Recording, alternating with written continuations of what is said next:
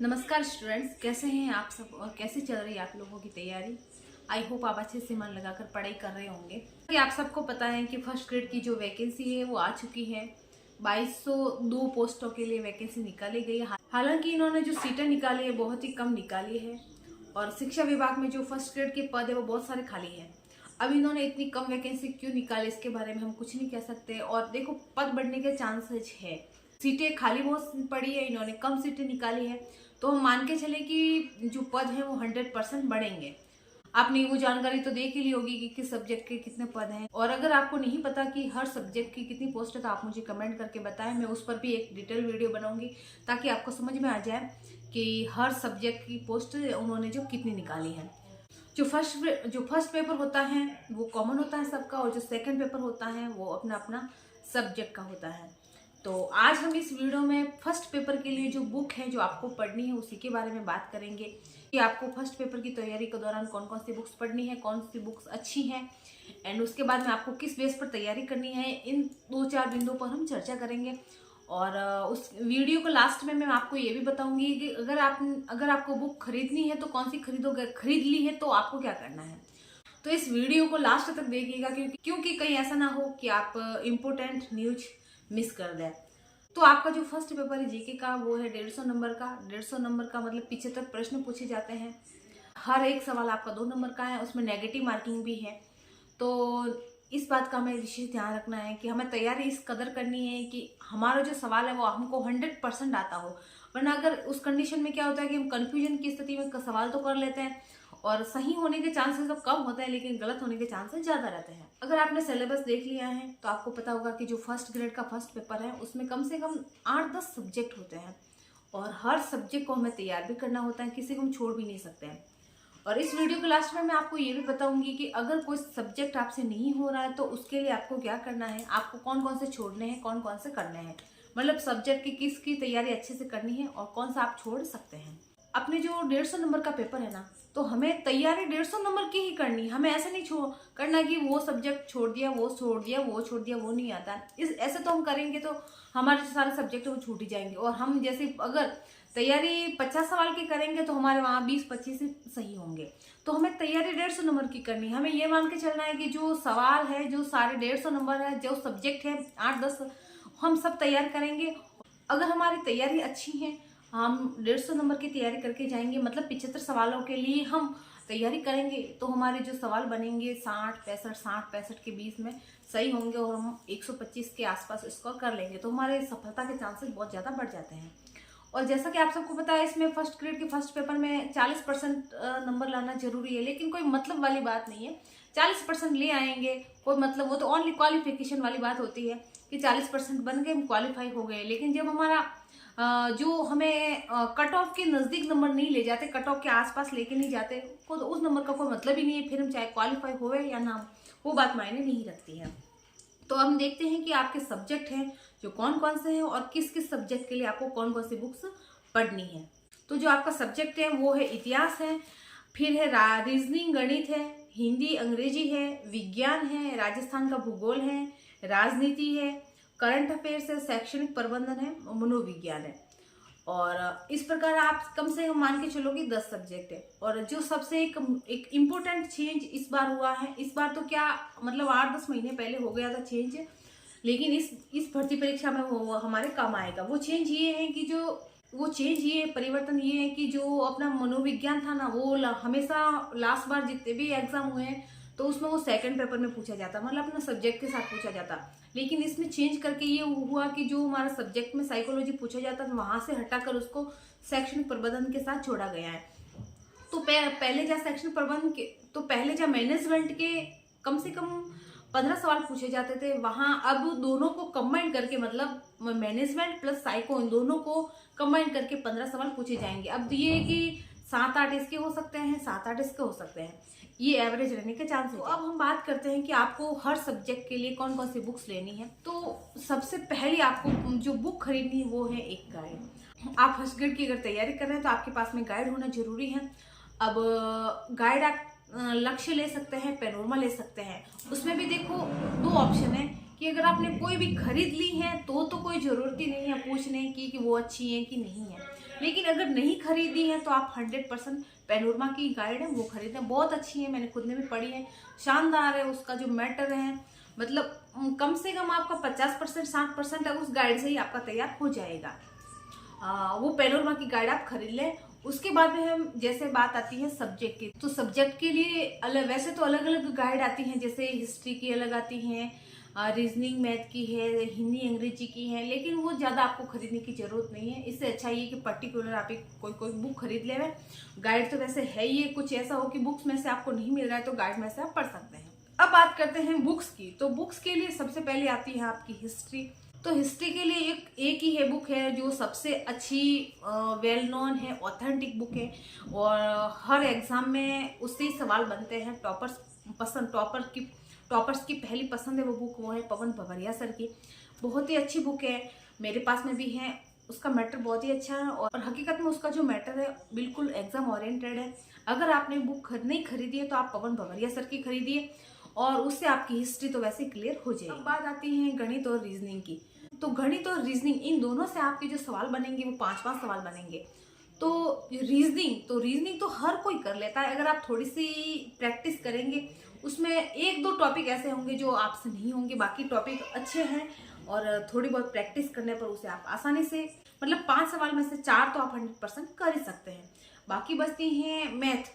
तो मैथ में 2 कंडीशन है। कंडीशन पहली ये है कि जो आर्ट्स बैकग्राउंड से हैं उनको मैथ समझने में, मैथ करने में बहुत कठिनाई हो सकती है, और दूसरे हैं जो साइंस बैकग्राउंड, साइंस मैथ, वो उन मैथ आसानी से कर सकें। तो गणित और रीजनिंग इन दोनों के लिए आप नाथ पब्लिकेशन की है, अवनी पब्लिकेशन की है, आरबीडी की है, दोनों के कमांड आती हैं, वो आप इनमें से कोई भी खरीद सकते हैं जो आपको सुटेबल लगे। अब बात आती है हिंदी और अंग्रेजी की। तो हिंदी भी देखो, हिंदी से भी 5 सवाल बनते हैं आपके फर्स्ट ग्रेड के फर्स्ट पेपर में, और उसके इंग्लिश के भी 5 सवाल बनते हैं। तो हिंदी के लिए देखो, मोटी मोटी किताबें पढ़ने से कोई मतलब है नहीं, जो सवाल पूछे जाते हैं नॉर्मल है, जनरल है। हिंदी और इंग्लिश दोनों से जनरल ग्रामर पूछी जाती है। तो हिंदी के लिए जैसा कि सबको पता है, एक अच्छी बुक आती है सोहनदान चारण की नवीन हिंदी व्याकरण करके, वो आप बुक खरीद लें। पीछे बचती है अंग्रेजी। तो अंग्रेजी के लिए आप शिकवाल की बुक आती है, वो खरीद सकते हैं, बहुत ही अच्छी बुक है। उसमें जो मैटर दे रखा है उसमें जो मैटर दे रखा है इंग्लिश टू हिंदी है। तो जो हिंदी बैकग्राउंड से, मतलब हिंदी मीडियम स्टूडेंट है, उनको भी पढ़ने में आसानी होगी, और जो इंग्लिश स्टूडेंट्स है उनको तो ज़्यादा दिक्कत होगी नहीं। तो ये हो गई अपने हिंदी और अंग्रेजी इन दोनों की बात। अब जो सब्जेक्ट आता है वो साइंस। तो साइंस भी, उसमें जो जनरल साइंस पूछी जाती है, तो इसमें आप वैसे अगर चाहो तो गाइड में से भी कर सकते हो, अगर आपके पास कोई गाइड है। देखो, गाइड तो वैसे आपको खरीदनी, आप खरीदोगे, तो जो आप साइंस है आप गाइड में से करिए। और लास्ट ईयर के जो मैंने 2-3 सालों के प्रश्न पत्र देखे थे, उसमें जो सवाल बने थे वो बिल्कुल जनरल थे, और गाइड में से अगर आप पढ़ोगे तो वो भी हो जाएगा आपका, उसमें से हो सकता है। अगर आपको लगता है कि आपको गाइड में से समझ में नहीं आ रहा है, उसके लिए आप 8, 9, 10 की जो साइंस की बुक होती है उसमें से अपना मैटर क्लियर कर सकते हैं। जैसा कि मैंने आपको पहले ही बता दिया, इसकी जो साइंस आती है वो हार्ड नहीं आती है, तो गाइड में से ही आपका अच्छे से हो जाएगा। और बाकी इसमें तो थोड़ी तकलीफ होती है केमिस्ट्री पढ़ने में। केमिस्ट्री है, उसमें जो सूत्र वगैरह होते हैं तो मुश्किल पड़ सकता है, बाकी तो जनरल साइंस है तो हम आसानी से कर सकते हैं। और आगे जो सब्जेक्ट आता है वो राजस्थान का भूगोल है। राजस्थान के भूगोल के लिए, जो राजस्थान का भूगोल है वो अब राजस्थान से हैं और कंपटीशन की तैयारी करते आ रहे हैं, तो हमें थोड़ा बहुत तो नॉलेज है ही है, जानकारी है ही है। उसके बाद में आप दीनदयाल की बुक है वो ले सकते हैं, अगर वो नहीं है तो आप शिकवाल, दोनों में से, दीनदयाल शिकवाल, दोनों में से कोई एक बुक ले सकते हैं। दोनों का मैटर सेम है, कोई फर्क नहीं पड़ता, 19-20 का फर्क है, ज़्यादा कोई फर्क नहीं है। इन दोनों से अगर आप पढ़ोगे तो आपका अच्छा सा जो भूगोल है वो क्लियर हो जाएगा, तैयारी आपकी अच्छी खासी हो जाएगी। उसके बाद में जो सब्जेक्ट आता है वो राजनीतिक विज्ञान है। तो राजनीतिक विज्ञान, उसके सवाल थोड़े हाई लेवल के पूछे जाते हैं फर्स्ट ग्रेड के फर्स्ट पेपर में। उसके लिए मैंने जहाँ तक सुना है, बच्चे, टीचर्स नहीं बोलते हैं कि लक्ष्मीकांत की बुक है पढ़ लेनी चाहिए, लेकिन हो सकता है आपको अच्छी लगे, लेकिन अगर मैं कहूँ कि वो एक मोटा ग्रंथ है, मतलब मेरे तो पल्ले ही नहीं पड़े। मैंने पढ़ा, मुझे तो ऐसा लग रहा है पता नहीं मैं कौन सी लैंग्वेज पढ़ रही हूँ। वैसे भी ना इंटरेस्ट है पॉलिटिक में, पॉलिटिशियन में एंड पॉलिटिक्स साइंस में, तो इंटरेस्ट वैसे भी नहीं है। और फिर ऊपर से ऐसी लैंग्वेज, पता नहीं जैसे कौन कौन से शब्द हैं, कहाँ से वो शब्द डाले गए हैं, तो बिल्कुल समझ से परे हैं। और मैं आपको भी मना करूँगी कि अगर आप तैयारी शुरू कर रहे हैं तो बिल्कुल लक्ष्मीकांत तो भूल ही जाइए, उस ग्रंथ को बिल्कुल भी नहीं पढ़ना है। इससे अच्छा ये है कि आप शिखवाल की बुक ले आइए, आपके पास में परीक्षा वाणी है तो परीक्षा वाणी वो ले आइए, परीक्षा वाणी भी अच्छी है और शिखवाल, इन दोनों में से पढ़िए, ज़्यादा से ज़्यादा रिवीजन करिए। आपकी जो पॉलिटिक्स है उसमें से जो सवाल पूछे जाएंगे 5 सवाल है तो उसमें से 3-4 आप कर ही लोगे। उसके बाद में है जो पोर्शन बचता है वो है करंट अफेयर्स का। तो करंट अफेयर्स में देखो उसमें वर्ल्ड का भी पूछा जाता है, इंडिया का, राजस्थान का है, तीनों ही स्तरीय पूछे जाते हैं। तो उसके लिए तो हमें देखो अपडेट रहना बहुत जरूरी है। उसके लिए सबसे बेस्ट ये है कि जो द्वैमासिक मूमल आती हैं वो पढ़िए, उसके पढ़ते रहिए, हर मतलब हर 2 महीने में वो आता है तो वो पढ़ते रहिए। उसके बाद में जब आपके एग्जाम नजदीक होना तो एक पूरा वार्षिक अंक आता है मूमल का अंक, वो ले आइए, उसको उससे पढ़िए, आपका अच्छे से हो जाएगा। और करंट अफेयर्स में जो टॉपिक्स हैं वो कौन कौन से पूछे जाते हैं, उसकी तैयारी कैसे करनी है, उस पर भी मैं डिटेल में वीडियो बनाऊंगी ताकि आप समझ पाओ कि आपको स्पेशली करंट्स में से पूछा क्या जाता है और आपको क्या पढ़ना है। पिछले वर्षों में जो भी फर्स्ट ग्रेड के पेपर हुए मैंने देखे हैं, विश्लेषण किया है, उसके आधार पर मैं आपके लिए इस पर डिटेल में वीडियो लाऊंगी कि आपको करंट अफेयर्स की तैयारी कैसे करनी है और कौन कौन से आप पिछले एग्जामों में जो बिंदु है पूछे गए हैं और आपको तैयारी भी उनकी ही करनी है। उसके बाद में जो आपका सब्जेक्ट बचता है वो शैक्षिक प्रबंधन यानी कि मैनेजमेंट प्लस वो मनोविज्ञान। तो ये देखो दोनों कंबाइंड पूछे जाते हैं। तो पहले कंबाइंड पूछो या अलग अलग पूछो, उसको कोई फर्क नहीं पड़ता है, सवाल वही है। ऐसा नहीं है कि सिलेबस बदला है या मैटर बदल दिया जाएगा। अब ऐसा तो है नहीं कि आधा सवाल मैनेजमेंट का हो और आधा सवाल जो साइकोलॉजी का, दोनों को मिक्स करके एक सवाल बना दिया जाता है, ऐसा तो है नहीं है। तो उसके लिए भी अगर आपने तैयारी पहले से कर रखी है, मतलब पढ़ा है तो ठीक है, आपके पास में जो बुक्स है उससे पढ़िए। अगर आपके पास में नहीं है तो मुकेश पांचोली सर की जो बुक आती है बहुत ही अच्छी है शैक्षिक मैनेजमेंट की, और वो खुद ऑनलाइन भी पढ़ाते हैं आप यूट्यूब से, तो आप उनकी क्लासें देख सकते हैं, ले सकते हैं। उसके बाद में जो बचता है वो है अपने मनोविज्ञान। तो मनोविज्ञान के लिए भी आप वंदना जादव मैडम की है, फर्स्ट रैंक की है, शिखवाल की है, कोई भी बुक ले सकते हैं।